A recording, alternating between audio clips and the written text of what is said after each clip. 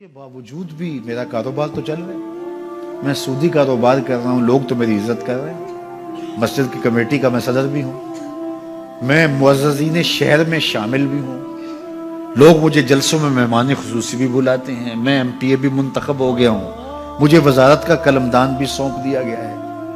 وہ میاں اللہ کی نظر میں ان چیزوں کی اہمیت ہی نہیں ہے. یہ چیزیں ہوتی کیا ہیں؟ وہ یہ نہیں چھینتا, وہ ہدایت چھینتا. وہ روٹی نہیں چھینتا, وہ تو نمرود کو بھی روٹی دیتا تھا. اس نے کبھی سورج کو منع نہیں کیا کہ اس کے گھر میں روشنی نہ کر, یہ حامان کا گھر ہے, یہ قارون کا گھر ہے, یہ میرے دشمنوں کا گھر ہے, اس کے گھر میں روشنی نہیں ہونی چاہیے. چاند کو کہتا ہے اپنی کرنیں بکھیر, سورج کو کہتا ہے اپنی روشنی بکھیر. جس طرح باجزید کے گھر میں روشنی ہوتی ہے, اس مکار کے گھر میں بھی ایسی روشنی ہوتی ہے, فرق نہیں پڑتا. تو وہ کرم نوازیاں تو نہیں رکتی, لیکن اللہ جب کسی سے ناراض ہوتا ہے تو اس سے ہدایت کی توفیق سلب کر لیتا ہے, تو اعلان جنگ ہوتا ہے.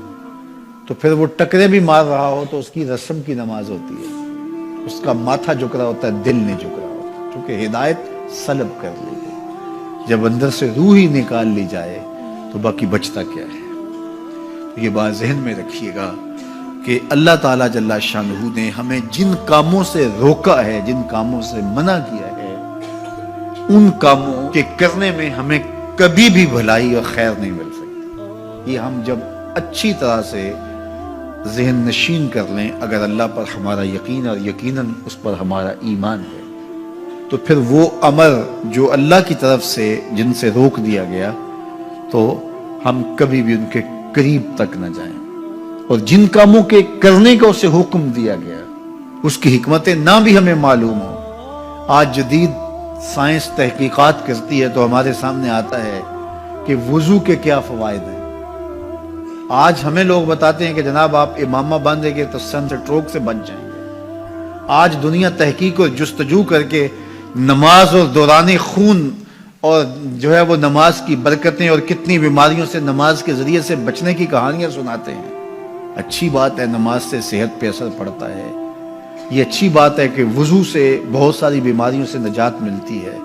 یہ اچھی بات ہے کہ سر پہ امامہ باندھ لے تو سن سٹروک سے بچ جاتے ہیں. یہ اچھی بات ہے کہ آپ روزہ رکھتے ہیں تو کینسر جیسے امراض سے آپ کا بچاؤ ہوتا ہے. یہ اچھی بات ہے کہ فلاں عمل کرتے ہیں تو فلاں ہوتا ہے.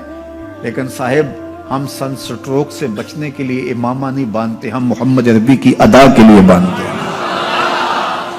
دوران خون کے لیے نماز نہیں پڑھتے, ہم رب کے حضور سجدہ ریزی کے لیے اس کے حضور اپنی نیاز مندیوں کا سر جھکاتے ہیں. تو حکمتیں بھی ہیں, وہ برکتیں ذیل میں آتی ہیں.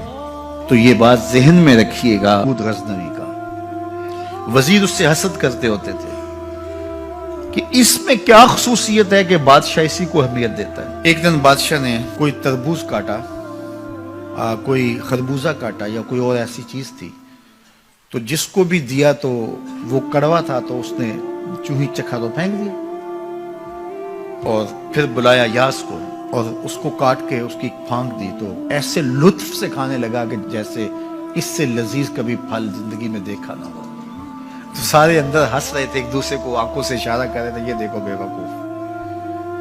تو بادشاہ رک گیا اور کہا کہ ایاز, یہ جو فروٹ تم نے کھایا ہے یہ میٹھا تھا یا کڑوا؟ کہا بادشاہ سلامت کڑوا.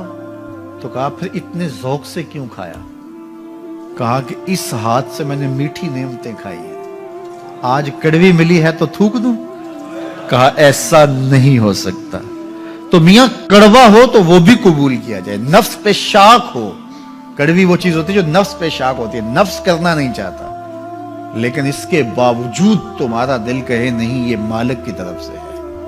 سخت سردی ہے, گرمی کی شدت ہے, پانی ٹھنڈا ہے اور موسم سرد ہے, پانی گرم ہے اور موسم بھی گرم ہے, رات کا پچھلا پہر ہے, تھکے ہوئے ہیں, لیکن آپ اس کے باوجود بھی اپنے رب کے حکم کو بجا لاتے ہیں. نفس پہ شاک ہے, لیکن سینے میں ٹھنڈ ہی نہیں پڑتی جب اس کے حضور سجدہ ریزی نہیں کر لیتے.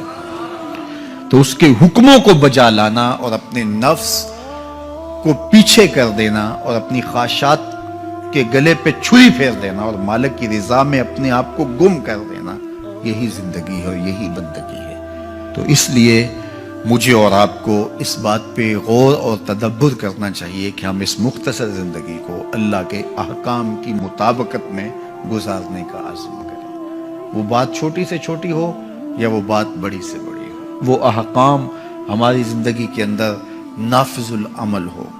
میں پھر وہ بات کہوں گا جو بار بار کہتا ہوں کہ میرے بزرگ ہم سے کہا کرتے تھے، یہ نہ ہو کہ لوگ تمہیں پوچھیں تم کون ہوتے ہو اور تمہیں بتانا پڑے کہ ہم مسلمان ہوتے ہیں۔ فرمایا کرتے تھے صاحب نہ کسی کو پوچھنا پڑے نہ تمہیں بتانا پڑے، تمہاری وضاحت، تمہارا طرز زندگی، تمہارا انداز معاشرت ایسا خوبصورت ہو، تم دور سے آ رہے ہو لوگ پہچان کے کہیں وہ دیکھو محمد عربی کا غلام آ رہا، تم شکل سے پہچانے جاؤ، تم کردار سے پہچانے جاؤ، تم وعدے سے پہچانے جاؤ۔ کتاب کا نام ہے بشر الکئیب فی لقاء الحبیب۔ حضور علیہ السلام کی ملاقات کے حوالے سے یہ کتاب امام سیوطی علیہ رحمہ کی مصنفہ ہے۔ اس میں ایک واقعہ انہوں نے لکھا کہ ایک شخص قبر میں اترا اور نکیرین آئے اور انہوں نے سوال و جواب کا سلسلہ کیا، من ربوں کا، ما دینوں کا۔ اچھا، اس کی داڑھی میں چند بال سفید تھے جن کو وہ مہندی لگایا کرتا تھا۔ تو جب منکر نے کہا کہ من ربوں کا، تو نکیر نے اس کا ہاتھ پکڑ کے پیچھے کھینچتے ہوئے کہا اس سے سوال پوچھ رہا ہے، تو دیکھ نہیں رہا اس کی داڑھی میں اسلام کا نور چمک رہا ہے، اس کی داڑھی میں اسلام کا اجالا تمہیں دکھائی نہیں دے رہا؟ تو تمہاری وضع قطعی ایسی ہو کہ فرشتے بھی دیکھیں کہ یہ حضور کا غلام آ رہا ہے۔ اللہ کے ذکر سے رخ پھیر لے، اللہ کی یاد سے رخ پھیر لے، اللہ کے دین سے اعراض کرے، تو پھر خدا شناسی، قناعت، توکل اور اعمال خیر تو اس سے چھن ہی جائیں گے، اس کو خود فراموشی کے عذاب میں مبتلا کیا جاتا ہے۔ اور قرآن مجید نے ایک دوسرے مقام پہ ارشاد فرمایا وَلَا تَكُونُوا كَالَّذِينَ نَسُوا اللَّهَ فَأَنسَاهُمْ أَنفُسَهُمْ، ان لوگوں کی طرح نہ ہو جانا جنہوں نے رب کو بھلا دیا، وہ بھول گئے، اپنے رب کو بھول گئے۔ غفلت ایسی طاری ہوئی، سویر سے لے کر شام تک اور شام سے سویر تک دنیا اور دنیا ہی مقصد حیات بن گیا۔ دنیا میں آئے کس لیے تھے، مقصد کیا تھا، بھول گئے۔ میلہ دیکھنے کے لیے آئے تھے، گھر کا راستہ بھول گئے۔ اللہ اکبر۔ تو فرمایا تم ان لوگوں کی طرح نہ ہو جانا۔ پھر اللہ نے انہیں سزا کیا دی، رزق کے دروازے بند کر دیے؟ نہیں۔ ان کی سانسیں چھین لی؟ نہیں۔ سورج کو حکم دے دیا اس کے آنگن میں روشنی نہ بھیجنا؟ نہیں۔ چاند کو چاندنی بکھیرنے سے روک دیا؟ نہیں۔ آب و ہوا روک دی گئی؟ نہیں۔ انہیں کیا سزا ملی جنہوں نے رب کو بھلا دیا؟ فرمایا فَأَنسَاهُمْ أَنفُسَهُمْ، اللہ نے انہیں ان کی ذاتوں سے انہیں بے خبر کر دیا۔ جو خدا فراموش ہوئے وہ خود فراموش ہو گئے، انہیں اپنے آپ سے ہی آگاہی نہ رہی۔ اور مجھے بتاؤ، جسے یہ بھی نہ پتا ہو کہ میں کون ہوں، اپنی شناخت جو بھول جائے، اس کے پلے ہوتا کیا ہے؟ اقبال نے کہا تھا نا، اپنے من میں ڈوب کر پاجا سراغے زندگی، تو میرا نہیں بنتا تو نہ بن، اپنا تو بن۔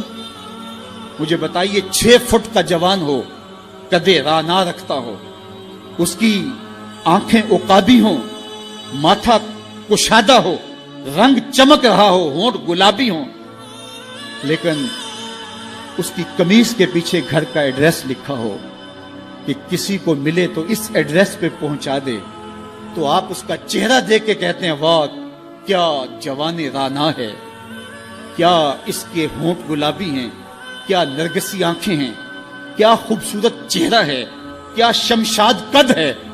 لیکن اچانک نظر پڑی تو اس کے گھر کا ایڈریس اس کی قمیص کے پیچھے لکھا تھا۔ آپ نے کہا میں نے دور سے دیکھا، اس کا تو توازن عقلی ہی ٹھیک نہیں، یہ تو بیچارہ جو ہے وہ پاگل ہے۔ تو قد کاٹ ہونے کے باوجود گھر کا ایڈریس پیچھے لکھ دیا گیا، تو اب ہر کوئی سمجھتا ہے کہ یہ بیچارہ فہم و ادراک کے نور سے خالی ہے۔ قدے رانا پہ ترس آنے لگ جاتا ہے، اور وہ آنکھیں جن میں ڈوب جانے کو، جھیل جیسی آنکھوں میں غوطہ لگانے کو جی چاہتا تھا، تو اب ترس آنے لگ جاتا ہے کہ یہ بیچارہ تو خود فراموش ہے۔ اللہ فرماتا ہے جس نے رب کو بھلا دیا، تم یہ نہ دیکھو اس کے بنگلے کتنے ہیں، یہ نہ دیکھو اس کے پاس کوٹھیاں کتنی ہیں،